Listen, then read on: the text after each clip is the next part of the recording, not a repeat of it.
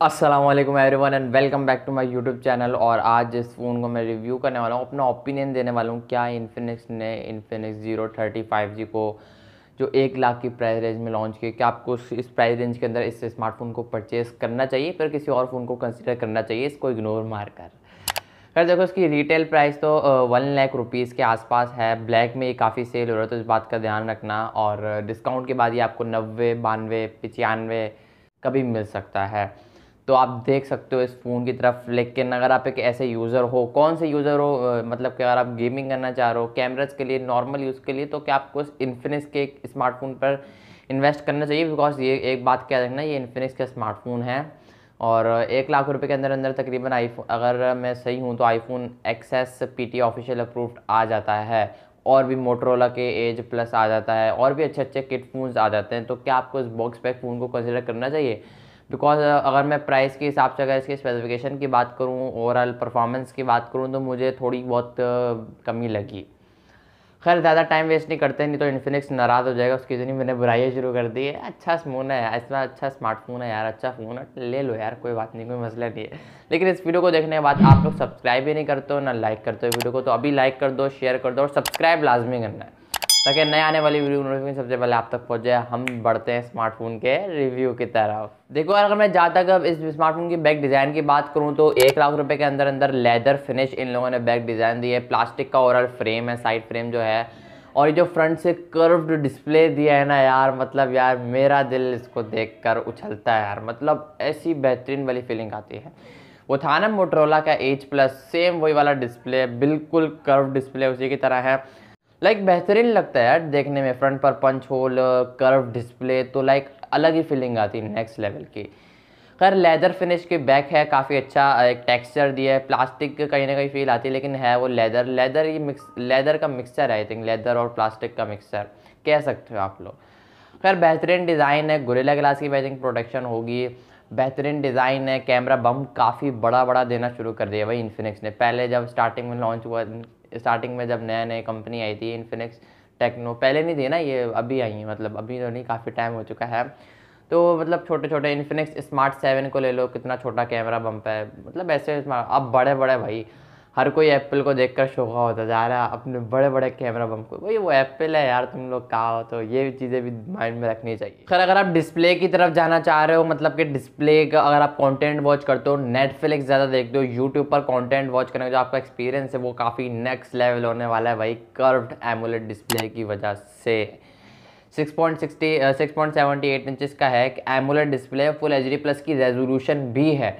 और अच्छी बात ये है कि भाई 144 हर्ट्ज़ का रिफ्रेश रेट भी है, 950 नीट्स की पीक ब्राइटनेस भी है। गोरिल्ला ग्लास 5 के प्रोडक्शन है, फ्रंट पर 1 बिलियन प्लस कलर लेकर आता है ये स्मार्टफोन। देखो बहुत कम ऐसे स्मार्टफोन होते हैं आपको एमोलेड डिस्प्ले के साथ साथ रिफ्रेश रेट भी प्रोवाइड कर रहे हो, और यहाँ पर तो 144 हर्ट्ज़ का रिफ्रेश रेट है। UFS 3.1 स्टोरेज है, 2 वेरिएंट आते हैं, मेमोरी वेरिएंट को आगे चल के डिस्कस करते हैं। भाई देखो एमोलेड डिस्प्ले है, 144 हर्ट्ज से रिफ्रेश है, मतलब यार डिस्प्ले का जो एक्सपीरियंस है ना, आप आईफोन को भूल जाओगे, मैं समझता हूँ। मतलब ऐसा डिस्प्ले इन लोगों ने इस बार दिया है। और कंटेंट अगर आपको वॉच करना है तो colour sharpness construct, AMOLED display है भाई, उसके साथ साथ 144 हर्ट्ज रिफ्रेश रेट, तो UI का एक्सपीरियंस आपका काफ़ी अच्छा होने वाला है। UI से मुराद फ़ोन हैक नहीं करेगा, लैग नहीं करेगा, स्मूथली स्क्रोलिंग आप इसमें कर सकते हो। वो आप जब खरीदोगे, जब यूज़ करोगे, तभी आपको फीलिंग आएगी। मैं आपको ऐसे अल्फाजों में नहीं बयान कर सकता। तो खैर 1 बिलियन कलर्स भी हैं इसमें शामिल है, 950 नीट्स की पीक ब्राइटनेस है, तो धूप में कहीं भी लेके जाओ, कड़कती कड़कती धूप हो, ये स्मार्टफोन बेहतरीन कंट्रोल कर लेगा। बहुत से लोगों को शिकायत रहती है धूप में जाकर इसकी ब्राइटनेस जो है वो काफ़ी कम दिखती है, मतलब मज़ा नहीं आता, दिखता ही नहीं है फ़ोन। तो 950 नीट्स की पीक ब्राइटनेस है, लाइक अच्छा फ़ोन, मुझे डिस्प्ले वाइज बेहतरीन फ़ोन लगा ये। बाकी ये स्मार्टफोन 2 मेमोरी वेरिएंट के साथ आई थिंक लॉन्च हुआ है, 8GB 256GB, 12GB 256GB शायद। UFS 3.1 स्टोरेज है, ऊपर से 144 हर्ट्ज रिफ्रेश है। तो यार नो डाउट यार, आइकन का जो अगर आप खोलते हो बंद करते हो, एप्लीकेशन को खोलते हो बंद करते हो, काफ़ी अच्छे तरीके से हैंडल कर लेगा, काफ़ी बेहतरीन तरीके से ये हैवी यूज़ को आपको मैनेज करके रख लेगा। बिकॉज प्रोसेसर जो लगा हुआ है वो काफ़ी टाइट, एकदम बेहतरीन लगा हुआ है। बाकी अच्छा है, ये आप पर डिपेंड करता है, आप 12/256 वाला बाय करो या फिर 8/256 वाला।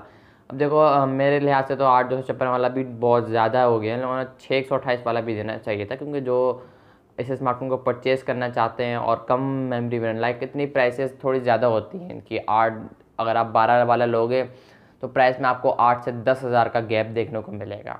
तो इन चीज़ों को भी आपने माइंड में रखना है। अगर आपको और ज़्यादा अच्छी परफॉर्मेंस चाहिए तो आप 12-256 वाला भी ले सकते हो, वैसे ज़रूरत नहीं होगी, 8 ही भाई काफ़ी होगी आप लोगों के लिए। तो बाकी ये स्मार्टफोन मीडियाटेक का डायमेंसिटी 8020 के साथ लॉन्च हुआ है, एंड्रॉयड 13 पर अपडेटेड है, आगे आने वाले इंशाल्लाह अपडेट भी आएगी। पबजी भाई, पबजी ने एक तो जीना हराम कर दिया। लोग यही पूछते हैं पबजी में कितने एफपीएस ड्रॉप तो नहीं करेगा, लैग तो नहीं करेगा, वो नहीं करेगा यार, नहीं करेगा। 60 एफपीएस पर ये चला जाता है smooth with ultra, I think okay. बाकी हीटअप की अगर मैं बात करूँ तो थोड़ा बहुत कहीं ना कहीं अगर आप बहुत ज़्यादा गेमिंग करोगे तो थोड़ा सा हीट करेगा। अब ये आप पर डिपेंड करता है। अगर आप मतलब अगर आप स्मार्टफोन को परचेज़ करने के बाद ज़्यादा गेमिंग करते हो तो मतलब ये आपको खुद ही पता चल जाएगा कि आप जब आप इस स्मार्टफोन को यूज़ करोगे। मेरे लिहाज से देखो ये बहुत कम हीट करता है।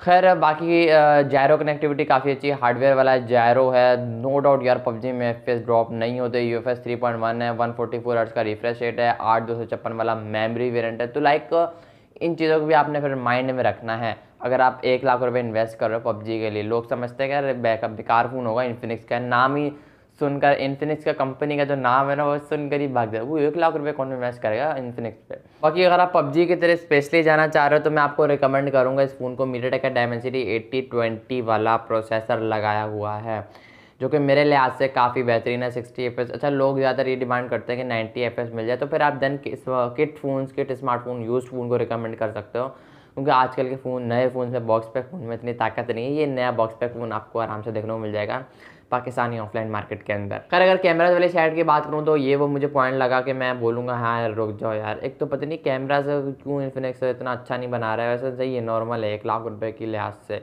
जितने होने चाहिए उतने नहीं है टू बी ऑनेस्ट। देखो मैं आपको झूठ तो नहीं बोल सकता ना। बाकी अच्छा फ़ोन है, इन्फिनिक्स का बेहतरीन काम किया है। आई होप कि आने वाले टाइम में अच्छे स्मार्टफोन लॉन्च करे, कैमरा रिजल्ट काफ़ी अच्छे करे। ट्रिपल कैमराज का सेटअप है, 108 मेगापिक्सल का आई थिंक मेन है, तीसरा जो है वो 2 मेगापिक्सल का है, पता नहीं कौन सा क्यू विजय लेंस है, मैक्रो डेप्थ सेंसर है, कौन सा है। बाकी दूसरा 13 मेगापिक्सल का अल्ट्रा वाइड सेंसर है। फ्रंट पर पंच होल है भाई जिसके अंदर 50 मेगापिक्सल की सेल्फी है। लिटरली यार ये काफ़ी बड़ा नंबर है 50 मेगापिक्सल। आई थिंक इन्फिनिक्स ही पहली ऐसी कंपनी थी जिसने 50 मेगापिक्सल, मुझे याद पड़ रहा है शायद पहले बड़ा नंबर डाला था सेल्फी कैमरे में 50 मेगापिक्सल। तो मतलब ये वही दूसरा तीसरा होगा इतने स्मार्टफोन। अब तो काफ़ी स्मार्टफोन 50 मेगापिक्सल के साथ लॉन्च हो रहे हैं। सेल्फी कैमरे की बात कर रहा हूँ, बैक तो 100-150 के आसपास भी जा चुके, 200 के आसपास भी जाने वाले आई थिंक होंगे। खैर मेगापिक्सल डिपेंड नहीं करता, ऑप्टिमाइजेशन और क्वालिटी डिपेंड करती है, मतलब किस तरीके से ऑप्टिमाइज हुआ है, तो वो सारी चीज़ें निकल कर आती हैं। अच्छी बात मुझे ये लगी इन्फिनिक्स की 4K 60 FPS का भी इसमें ऑप्शन दिए, 4K 30 FPS, 1080p 60 FPS, 1080p 30 FPS। सबसे अच्छी बात मुझे इन्फिनिक्स की ये लगी कि भाई फ्रंट से भी कॉम्प्रोमाइज़ इसने नहीं किया है। हालांकि अगर ये चाहता तो 1080p 30, 1080p 60 FPS दे सकता था, या फिर 4K 30 FPS दे सकता था, लेकिन इसने बैक से 4K 60 FPS दिया, तो फ्रंट से भी इसने सेल्फी कैमरे से भी 4K 60 FPS दिया है। कहीं ना कहीं मुझे स्टेबलाइजेशन की कमी महसूस हुई। हाँ 1080p 30 FPS पर रख कर अगर आप बैक कैमरे से शूट करोगे तो स्टेबलाइजेशन ऑटो यूज़ होगी इसकी, थोड़ा बहुत स्टेबलाइजेशन ये खुद कर देता है ये ऑप्टिमाइजेशन के थ्रू, पता नहीं यूआई के थ्रू। तो ये आप लोग फिर इन चीज़ों को भी माइंड में रखना है, लेकिन इसमें स्पेशली ऑप्टिमाइजेशन का ऑप्शन है नहीं, ये इस बात का आपको याद रखना।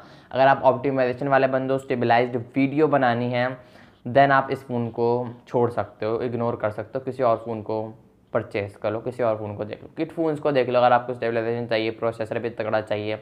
लेकिन फिर वो ये नहीं पता होता ना कितने यूज़ हुए हैं, कितना रगड़ा है, जिस यूज़र ने इसको यूज़ किया होगा उसने दिन रात रगड़ा होगा फ़ोन को, तो ये फिर पता नहीं होता। लोग इससे भी डरते हैं इस चीज़ से कि यूज़ फ़ोन, हमें नहीं पता कि कितना यूज़ किया होगा हमने।